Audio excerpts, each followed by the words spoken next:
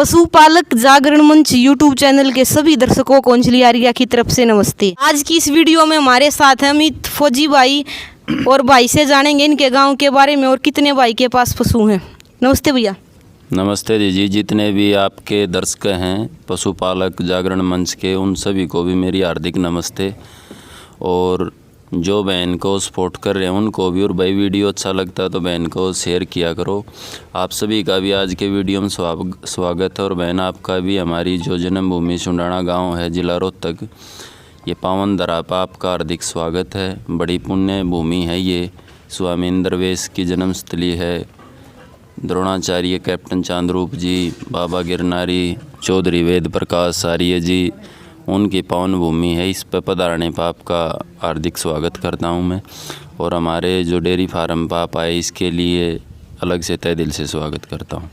तो भैया, जैसा आप सामाजिक जो कार्य होते हैं उनमें भी अपना जो अहम योगदान देते हो, और साथ ही साथ में जो आपने फ्री जो आप सीमन डिस्ट्रीब्यूशन कर रहे हो अपने गांव में देसी बुलों के, तो उसके ऊपर आप क्या कहना चाहोगे?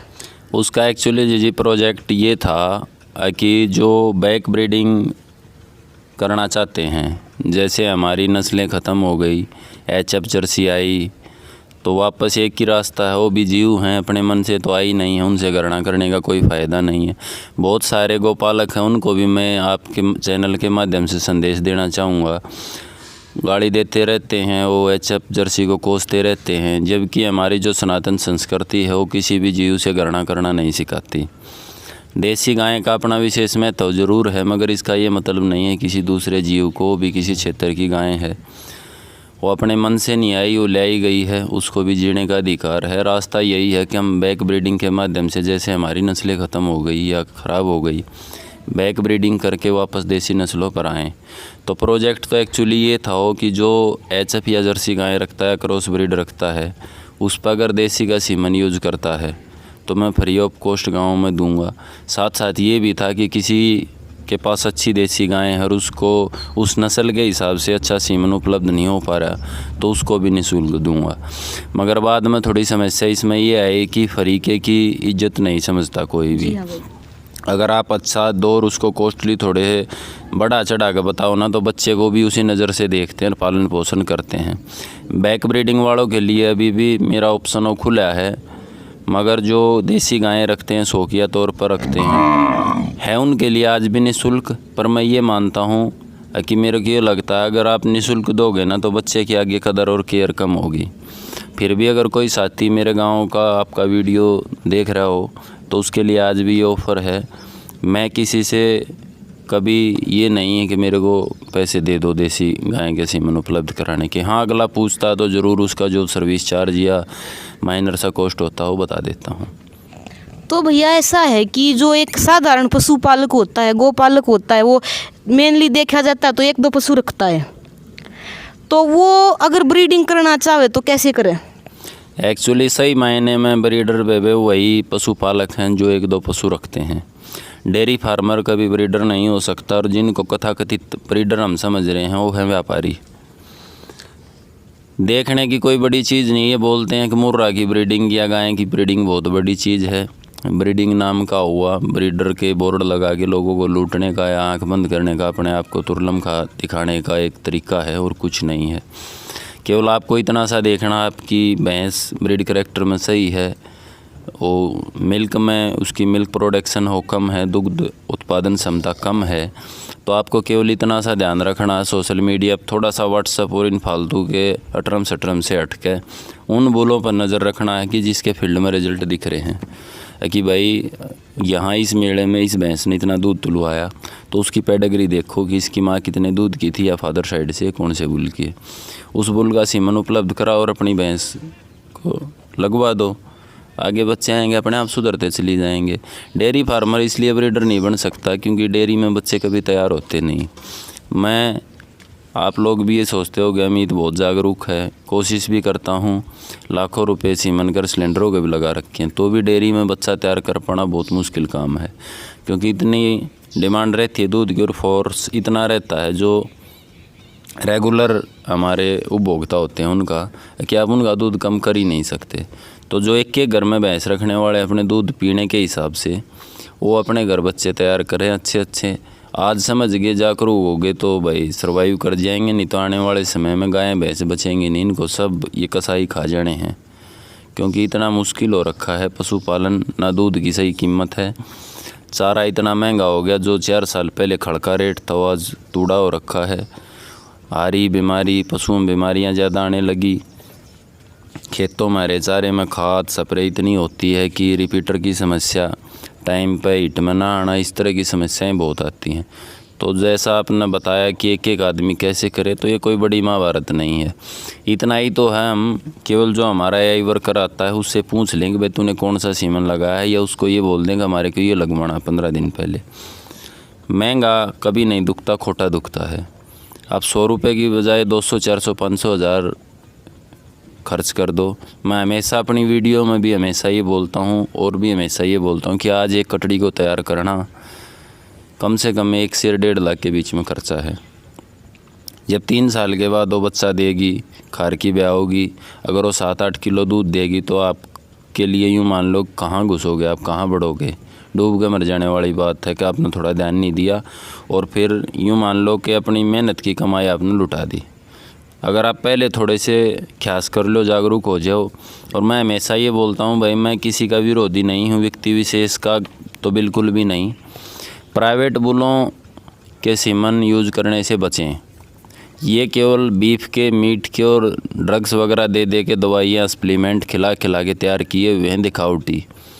हाँ, अगर कोई ऐसा बुल है प्राइवेट जिसके बच्चे ग्राउंड में आ गए हैं, जिसका सीमन जो बुल का मालिक है उसने भी अपनी दूसरी भैंसों पे यूज किया है, उसने DNA वगैरह दिखाया है बच्चों का, रो फील्ड में उनका दूध तुलवाया है, तो आप यूज कर सकते हो। नहीं तो ये केवल ड्रामे और ये अपनी जान बचाने के चक्कर में दूसरों को मारने वाली बात है। ये खुद अपनी भैंसों का HLDB का सरकारी सीमन यूज करते हैं और लोगों की आँख बांधते हैं। 12 करोड़ का जोटा, 7 करोड़ का जोटा, 8 करोड़ का जोटा। मैं तो इतने साल हो गए मेलों में भी फ्रंट में नहीं आए तो क्या हुआ, फ्रंट वाला तो देख भी नहीं पाता, जो पीछे रह कर पूरा संश्लेषण विश्लेषण करता है, एनालाइज करता है। तो हमने यही देखा कि अपने घर की पैर का लखनियाँ, अपना भाई बुला लिया, 2-4 और बुला लिए, तू रेट लगाइए मैं दूंगा नहीं। कैसे निर्धारित कर लिया कि ये जोटा कई करोड़ का है? क्या खास बात है भाई, वो नोट बनाने की मशीन है। मान लो तेरा रिजल्ट दिखेगा चाहे वो 100 करोड़ का हो, सीमन तो तभी बिकेगा ना, या तो रिजल्ट दिखे या तो झूठ बोल कर लोगों को ठगे। तो थोड़ा सा इन चीज़ों से बचें। इनका एक तो योगदान है कि युवाओं में थोड़ी सी क्रांति ले आई है, चिकने चुपड़े बोल, नहीं तो इनका ब्रीडिंग में कोई योगदान नहीं है।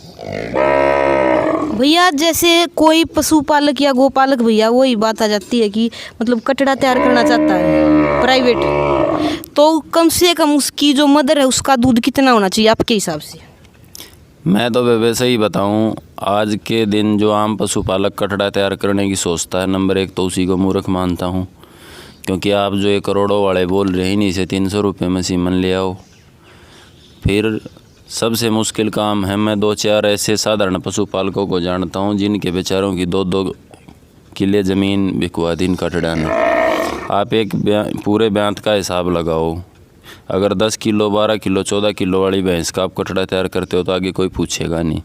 नंबर 1 तो कम से कम आपके पास 22, 24, 25, 26, 27, 28 किलो की दूध की भैंस हो। फिर फादर साइड से भी जो पेडिग्री रिकॉर्ड हो, अच्छा हो, आपने कौन सा सीमन यूज किया, किसका बच्चा है। उसके बाद अगर आप उसका पूरा उसको ब्यांत चुंगा दोगे तो कई लाख रुपए खर्च कर देते हो। फिर साधारण व्यक्ति के लिए ये एक समुंदर है। मेरे को लगता है वैसे तो जिस फील्ड में आदमी घुसता है केवल उसी का पता रहता है, मगर बहुत करप्ट दुनिया है इसमें। आप जैसे ही आप प्रचार प्रसार करने की कोशिश करोगे, अपने बुल का वीडियो बनवाओगे, किसी अच्छे से अच्छे यूट्यूबर को बुलाओगे, कोई नालायक को बुलाओगे तो पैसे इतने चार्ज करेगा पूछो मत। कोई छोटे मोटे को बुलाओगे वो आ जाएगा बेचारा, या ईमानदार होगा वो आएगा, तो एक और माफिया है। फिर इनके 10, 20, 50 पालतू, मैं भी मेरे मुँह से क्या बोलो, वो मतलब पिल्ले होते हैं। उल्टी फुल्टी कमेंट्स करना, उसको ले डाउन करना, तरह तरह के क्वेश्चन करना, इतना हरास कर देते हैं नए युवा को या नए पशुपालक को। तो मैं तो ये कोशिश करता हूँ कि भाई घर में कोई ऐसा कट्टा तैयार किया ही ना जाए, सरदर्दी पाली जाए। आप तैयार करके जैसे ही आपका थोड़ा बड़ा हुआ, अगर कोई अच्छा पशुपालक या ब्रीडर या बड़ा डेयरी फार्मर लेता है तो दे दो। फिर भी आप पालना चाहते हो तो उस पर इतना ज़्यादा पैसा खर्च मत कीजिए भाई। पूरा ब्याज चुंगा दिया, लाखों रुपए का बाखर खुआ दिया और 2-3 लाख रुपए का दूध पिला दिया, तो 4-5 लाख में जाकर पड़ेगा वो। फिर आप ना बेच सकते ना रख सकते, क्योंकि अगर बेचोगे तो 1-1.5 लाख का बिकेगा, आपने खर्चा कर दिया 2.5-3 लाख रुपए। रखोगे तो हर दिन का जब पूरा मतलब एक अडल्ट वयस्क हो जाता हो तो 1000 रुपये एक दिन का खर्चा कम से कम बुल का आता है। मेंटेनेंस रिस्क तो बहुत सारा, फिर केयर टेकर के तौर पे एक व्यक्ति हमेशा चाहिए बुल के ऊपर। तो बचो भाई, ये देख के आप दूसरों की जय जयकार करके आ जाया करो मेड़ों में। घर तैयार करने की इस महाभारत को सोचो मत। सरकारी सप्लाई में 20 रुपये का सीमन आता है, सरकारी हॉस्पिटल में उससे आगे राम का नाम है। कोई मेरे सामने बैठ के प्राइवेट बुल वाला चैलेंज करता हूँ मैं, किसी भी सरकारी बुल के बराबर में अपना रिजल्ट दिखा दे एक आध अपवाद स्वरूप को छोड़ के, उसकी भी पेडिग्री सरकारी ही मिलेगी, वो अच्छा होगा तो 20 रुपये में जब आपको अच्छा रिजल्ट देने वाला बुल मिल रहा है और अच्छा रिजल्ट आ रहा है, हमारा फोकस दूध पे ही होना चाहिए। जी हाँ भाई। तो सरकारी हॉस्पिटल से लाभ लो, आप नज़दीक से जाओ और कराओ यही।